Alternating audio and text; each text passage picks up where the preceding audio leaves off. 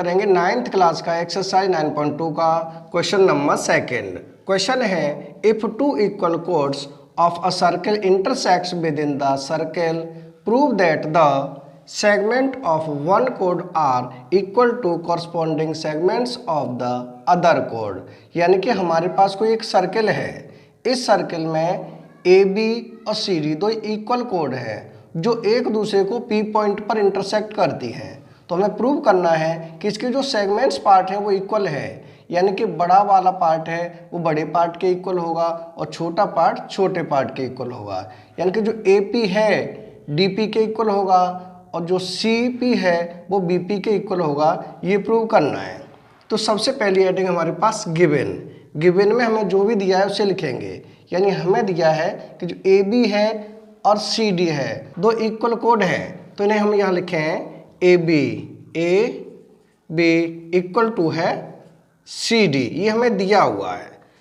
अगली हेडिंग है to prove में जो भी प्रूव करना है, यानी कि हमें प्रूव करना है ए पी इक्वल टू है डी पी और सी पी इक्वल टू है बी पी के। तो पहले लिखें ए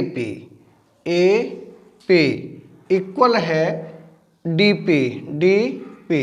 दूसरा पॉइंट है इसका C P equal to B P equal to B P, ये हमें प्रूव करना है।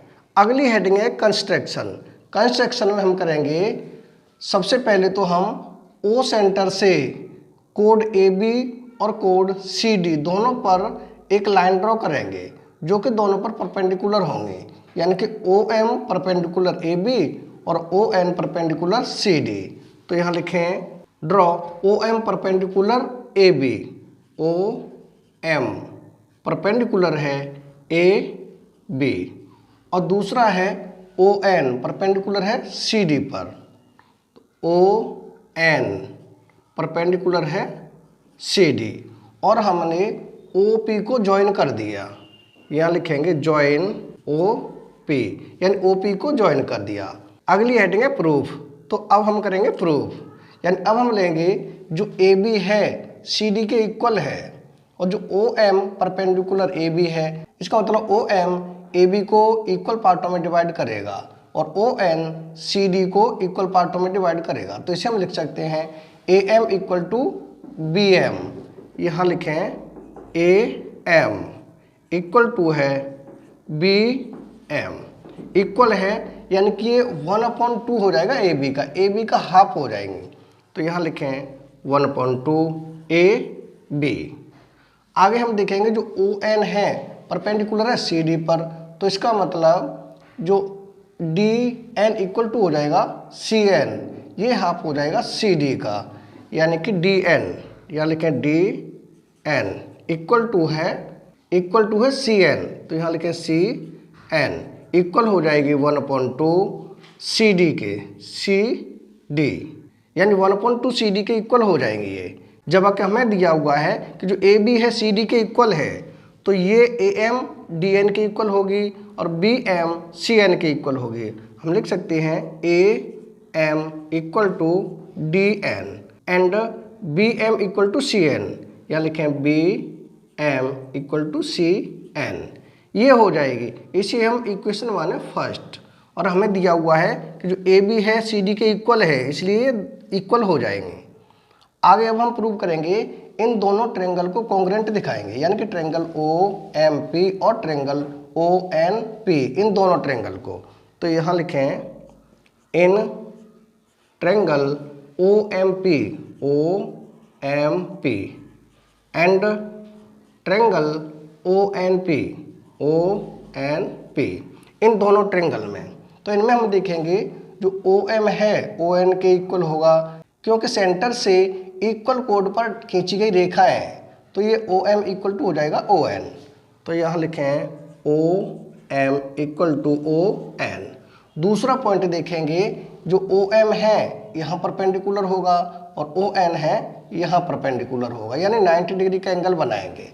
तो इसका मतलब एंगल ओ एम पी ये हो जाएगा angle O M P equal हो जाएगा एंगल ओ एन पी के, इस एंगल के इक्वल होगा angle O N P, O N P के इक्वल होगा क्योंकि ये दोनों ही परपेंडिकुलर हैं। और जो ओ पी ये हो जाएगी दोनों में कॉमन, यहाँ लिखें O P equal to O P, bracket में लिखेंगे कॉमन और इसमें लिख देंगे ईच 90 डिग्री। इसका मतलब triangle O M P congruent होगा ट्रायंगल ओ एन पी के। तो यहाँ लिखें triangle O M P congruent होगा triangle O N P, O N P, यानी कि ये ट्रायंगल इसके कॉन्ग्रुएंट होगा। इसका मतलब है कि जी एम पी इक्वल हो जाएगा एन पी के, ये हो जाएगा सी पी सी टी से। यहाँ लिखें M P equal to N P, bracket में लिखेंगे by C P C T, यानी सी पी सी टी से हो जाएगा। इसे ब्रैकेट में लिख देंगे, यहाँ है दो साइड है एक एंगल है, तो ये हो जाएगा वाई साइड एंगल साइड, यानी साइड एंगल साइड से कॉन्ग्रुएंट है और ये हो जाएगा सी पी सी टी से, ये हो जाएगा सी पी सी टी से। अब हमें प्रूव करना है कि ए पी है वो डी पी के इक्वल है। तो अगर हम ए एम में एम पी जोड़ दें और इधर डी एन में एन पी जोड़ दें तो ये पूरा हो जाएगा। तो इसे हम लिखें A M plus M P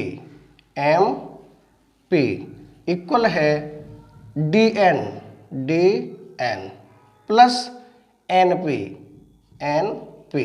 अब हम देखेंगे A M plus M P पूरा हो जाएगा ये ए पी, हो जाएगा A P equal to D N plus N P, यानी कि D N plus N P, ये हो जाएगा पूरा डी पी, यहाँ रखेंगे डी पी। फर्स्ट पार्ट में हमें यही प्रूव करना था कि A P equal to D P, A P equal to D P, ये फर्स्ट पार्ट हमारा प्रूव हो चुका है। अब हमें प्रूव करना है C P equal to B P, यानी कि C P equal to B P, ये प्रूव करना है छोटा पार्ट। तो इसके लिए सी एन में से एन पी माइनस कर दें और इधर बी एम में से पी एम माइनस कर दें, तो ये वही पार्ट बच जाएंगे छोटे छोटे। यहाँ लिखेंगे सी एन, यानी कि सी एन माइनस कर दें एन पी इक्वल हो जाएगा बी एम, यानी कि बी एम में से माइनस कर दें एम पी, तो माइनस हो जाएगा एम पी। अब हम देखेंगे C N minus N P, यानी कि C N minus N P, तो ये बचेगा सी पी, यहाँ बच जाएगा C P equal to B M minus M P, यानी कि B M minus M P, ये भी बचेगा जाएगा बी पी, ये हो जाएगा बी पी। यही हमें प्रूव करना था, यानी कि C P equal to B P. तो C P equal to B P, ये हो जाएगा हमारा सेकेंड पार्ट, यानी कि दोनों पार्ट प्रूव हो चुके हैं।